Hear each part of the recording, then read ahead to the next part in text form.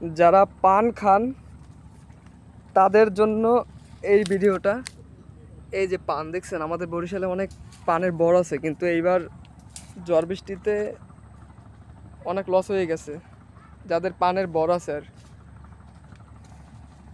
এই যেগুলো সব নষ্ট হয়ে গেছে এই পানগুলো। দিনেশ কাকা, পান ভালো না রে? সব খাইতে পারবে, কিন্তু এগুলো আর খাওয়ার উপযোগ্য না, মানে বিক্রি করবে না আর কি। সব নষ্ট। হ্যাঁ, সব সব নষ্ট হয়ে গেছে। এই যে পান, তো এখন এই পান শেষ, এখন কি লাগাইবেন? যে কত বড় একটা পান, এই যে সাইজের পান একবারে। পানগুলো আসলেই খুবই ইয়াম্মি। সুপারি থাকলে একটা খাইতাম। এই যে এইটার নাম হয়েছে সন্ধ্যা নদী, যে নদীটা কালকে একটু দেখাইছিলাম সন্ধ্যার আগে। এটা আমাদের এই নদীর নাম হয়েছে সন্ধ্যা নদী।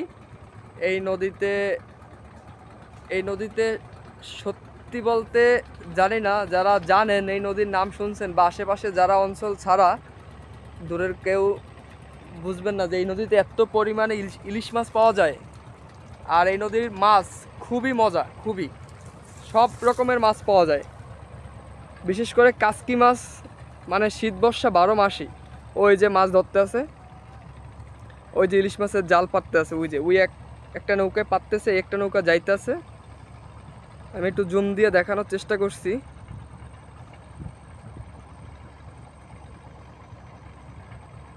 ওই যে যাইতেছে,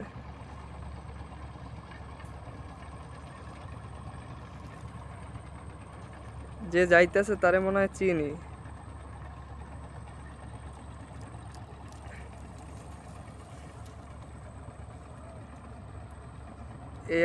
এই একটা নৌকা এই যে জালটা আনতে আছে। এই যে সামনে আমি কিছু একবারে নিজেই মাছ ধরার ভিডিও ইনশাল্লাহ আপনাদের দেখানোর চেষ্টা করব। নদীর আরও সুন্দর সুন্দর ভিউ আছে, কিন্তু এটা শীত না পড়া পর্যন্ত দেখতে পারবো না। এই যে এইদিকে আর কি ঢাকা যায়, এদিক থেকে ঢাকা যায়, আর এদিক থেকে যায় কুলারহাট ভান্ডারিয়া। মানে সাগরে যদি যাইতে চায় কেউ, এই দিক থেকে খুবই সুন্দর।